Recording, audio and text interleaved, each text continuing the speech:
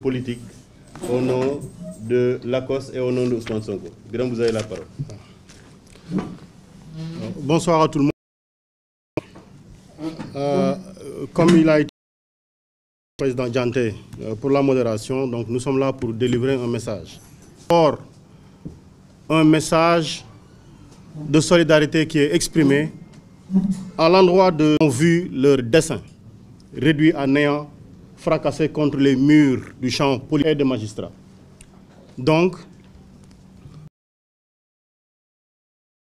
et nous allons appeler toutes ces personnes. Rendez-vous électoral par la DAF pour certains a totalement manqué à ses obligations. On nous apprend, après tout ce qui a été fait, qu'ils doivent rester en...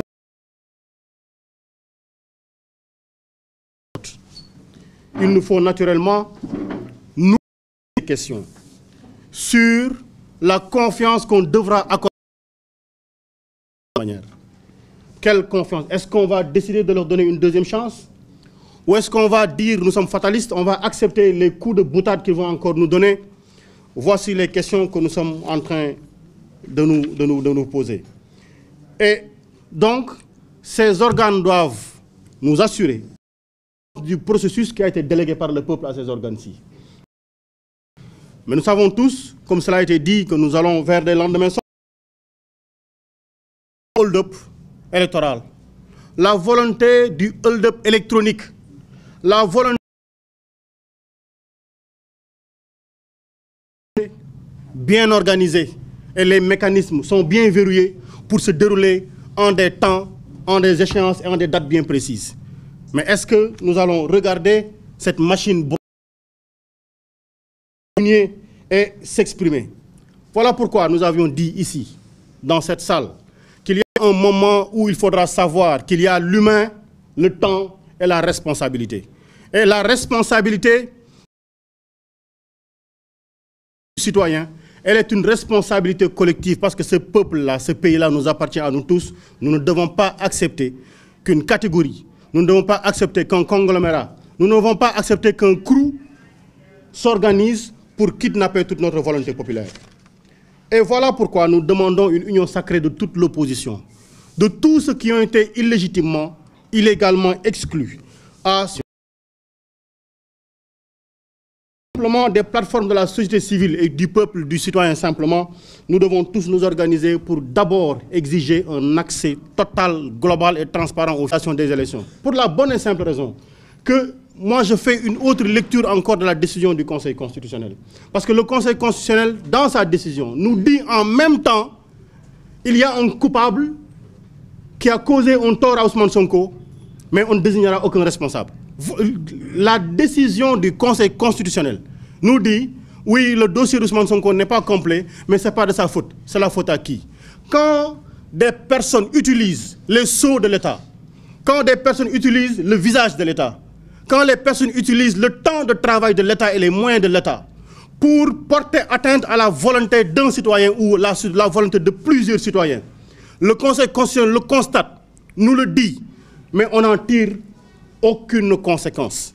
Mais on est en train de nous dire que dans ce pays-ci, avec tout ce que nous avons appris dans les facultés de droit et de la responsabilité administrative, quelqu'un dans l'État peut causer une faute, qu'on voit les visages de la responsabilité, mais qu'on dise qu'il n'y a pas de réparation, il n'y a pas de préjudice. On a causé un tort à Ousmane Sonko, mais on nous dit que ni la DGE, ni la Sénat ou des militants de l'APR sont, ni la DAF, aujourd'hui, ni le Conseil constitutionnel ne sont responsables. Et Ousmane Sonko, tout le projet qu'il a porté, vous avez vu tout ce qui s'est passé en 2001, c'était pour l'exclure de la responsabilité. On en arrive au moment où on nous dit, ah non, non, non, ce chemin-là, il n'est pas bon.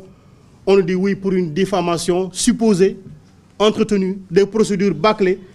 Oui, oui, on l'exclut. Après, il y a une erreur, non, ce n'est pas sa responsabilité, c'est la responsabilité de quelqu'un d'autre. On n'arrive pas à savoir qui c'est, personne n'est responsable. Et comme ça, Ousmane Sonko est exclu du processus. Donc, nous disons que la responsabilité du peuple est aujourd'hui d'assurer lui-même la surveillance du vote. Il faut que le peuple assure la surveillance du vote Et ce qui lui est demandé, c'est de... Parce qu'il y en a énormément encore qui dorment dans les préfectures et les sous-préfectures. Allons-y récupérer les cartes, mais on ne se limitera pas à ça. Nous allons présenter un programme. Nous allons discuter du programme. Nous allons en débattre. Mais le plus important, c'est que nous devons voter, mais surtout faire voter. Mais au-delà de ça encore, et pour le vote, il nous faut nous-mêmes le vote. Parce que si vous faites confiance à la Sénat, si vous faites même confiance au Conseil constitutionnel, on verra l'histoire se répéter parce qu'à une heure bien précise, certains sortiront pour dire oui, un tel a remporté les élections. On connaît. Mais cette année-ci, nous n'allons pas accepter que cela se produise. Donc nous-mêmes, nous devons surveiller ce vote-là. Parce que, dernier rendez-vous avant le Rubicon, parce que nous avons déjà franchi le Rubicon. Et sachez-le, il n'y a pas de confort sans effort. Parce que nous tous savons que confort...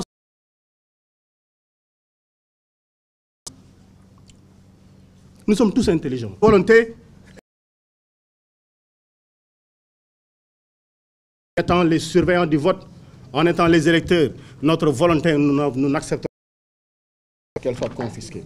Voilà pourquoi je terminerai en disant, en attendant tout ceci, Ousmane Sonko ne devait pas être candidat, mais Bassirou Diomaye. Donc, nous avons notre candidat. Nous avons notre programme. Nous avons Bassirou Diomaye Diakhar Faye. Ben, c'est Ousmane Sonko qui sera sur le terrain. C'est Diomaye Faye qui sera sur le terrain. Si on ne les donne pas, mais écoutez, qu'ils nous regardent faire parce que nous allons faire le taf pour eux. Nous sommes tous travail pour eux et nous reviendrons ici pour constater. Mais on ne dormira pas sous nos lauriers. Du goudou du bari. Du goudou du bari parce que dañoo seetlu li fi xew. Tànn ne réew mi bu ñu waree jàkkaarloog askan wi ñoom ñooy tànn kan ak kan ñoo fay dem. ñu wëlbatiku puis ay ñoo xam ne ñi amoon nañ éene jariñ Sénégal ci élection yi indi seen programme sénégalais yi atte waaye ñoom ñu atteel seen bopp. ñu bëgg a yëkkati ay kàddu ñi nga xamante ni ñoo lay wax les leaders alliés du candidat Ousmane Sonko ne ñi ngi wax ñooñu ñëpp ne leen xam nañ ne li am jaaduwut xam nañ li am ñun nanguwuñ ko rafetluwuñ ko donc dañuy bokk di masawu ñëpp mais di wax ñëpp ne leen man day damay dem marché mënuñoo bokk oto waaye bis bu ñu ma xañee mën a dem ñun ñëpp nañu bokk ànd ndax xam nañ fi ñu bëgg a jëm soppi réew mi dong lañ bëgg ñun ñëpp nañu ànd taxase wet taxañe wet yëkkatee wet dóor yàlla may ñu li ñu yéene te nañu xam ne ñi indi lii weesuwul DAF weesuwul DGE weesuwul Sénat weesuwul conseil constitutionnel te conseil constitutionnel ak waa conseil ak waa caisse de dépôt et de consignation bërki démb conseil constitutionnel li mu wax daf ci am benn ay kàddu yu leer nañ yu mu yëkkati conseil constitutionnel dafa wax ni Ousmane Sonko de lii tax këyitam manqué amul lenn loo xam ne coobare boppam la xam nañu ko def mais ñu ne amul kenn koo xam ne kii moom la ñuy yëkkati ne tuuma gi kii moo ko def nii lañ koy jubbantee nan la état di tooñe nit ñu ne loolu kenn mënu ko réparer nan la état di lore nit lor ay nit ci seen volonté ba ñu ne noppi amul kenn koo xam ne ki moo koy ngar rajo moo koy yenn pour ñu situer une responsabilité ça c'est un déni de justice lii mooy attekat bu weddi boppam ndax jël na la mu war a atte mu toog ca di doxal nit ay bëgg-bëggi boppam lii la ñu wax ni bu ñu jógul ci lii fii ñu jëm du rafet ndax bu ñu wóoloo ñii def lii te ñu ne ñu suba ñoom ñoo war a saytu élection yi ñu ne ñu suba ñoom ñoo war a proclamer suba sax kuñ fi fal ci seen kanam ngay waate waaye ñooñu bu ñu leen doyee ñun doyuñ ñu donc dañoo wax ni fichier électoral bi nañ ko yëkkati teg ko ci loxo ñii nga xam ne bii ñoo nekk ci jeu bi ci jongante bi ñu xam xoolal seen bopp saytul seen bopp benn. ñaareel bi ñu wax ni ñii fi ne te wane ne ñoom li ñu doon bañ mooy Ousmane Sonko nekk candidat ñu dàq leen seppi seen loxo ci teg leen ne indil ñu ñoo xam ne ñi danañ ñu doy ba bu ñu nee diw gañe na kenn du histoire kenn du xool dañ naan ah ñii day seen jëf doy na set na rafet na am nañ ci ñoom yaakaar mais ñii fi nekk nii amuñu ci benn ñoom yaakaar amuñu ci ñoom benn respect ndax war nañu ñoom respecté wuñu le peuple sénégalais. moo tax gannaaw loolu dañuy wax le peuple sénégalais ne leen lépp nag ñu ngi ko teg ci responsabilité nit ku nekk la ngay jëf na nga wëlbatiku nangoo la nga cay góobee nga gar ko gar boobu nag responsabilité boobu la ñuy wax ni le peuple na jóg assumer ko. assumer ko mooy lan nañ dem jëli carte yi damay voté li xew ci dëkk bi neexuma Ousmane Sonko dina gagné Bassirou Diomaye Faye dina gagné candidat wu Lacoste dina gagné on va changer te dox bi nga war a dox doxuloo ko wax bi nga war a wax waxuloo ko ñi nga war a seeti woo leen bu ngoonu élection jotee bu kenn jooy moo tax ñu ne dem leen ngeen jëli carte yi nañ jëli carte yi nañu dem voté ji mais man xeeb naa sama vote man Birame Souleye xeeb naa sama vote moo tax dinaa voté waaye dinaa indi ay nit ñu voté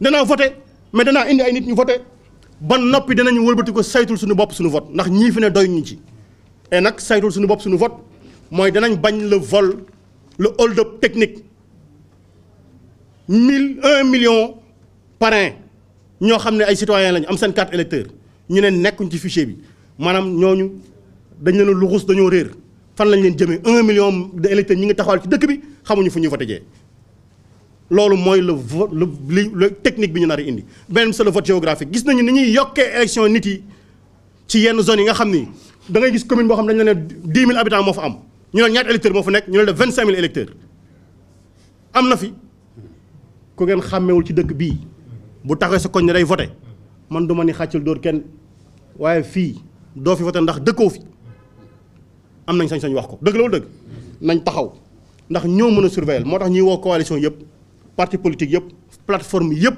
tous les citoyens ne leen ñëw leen ñu taxaw lii rendez-vous la bu ñuy joxe lajj nañu ay rendez-vous yu baree bari mais bii day waruñu ko warate ndax li ci laxasu li ci ngar dajewu li ci nekk ci biir dafa bari te benn rek waroon na cee doy bu ñu ne am nañ ndam Ousmane Sonko fekk suñu bu ñu ne am nañ ndam Bassirou Diomaye fekk suñu bu ñu ne am nañ ndam prisonniers yi ci kaso bi yëpp fekk suñu bu ñu ne am nañ ndam Habib Sy Bassirou Diomaye ak keneen ñëw taxaw jàkkaarloog Ousmane Sonko loolu rek mbégte googu rek war na justifier tous les sacrifices ndax Ousmane Sonko lépp lu mu waroon a def pour le peuple lépp lu mu waroon a wax lépp lu mu waroon a muñ lépp lu mu waroon a indi ci xam-xam ak xel andi na ko teg na ko desalatuñu dara ñun ñoo ci des nañu woddu nañu sol suñuy tubéy nañ jël suñuy kaaga nañ jël suñuy li ñu war a jëfe taxaw xaar ndax jot na ba noppi salaamaaleykum wa rahmatullah. Voilà donc ñoo ngi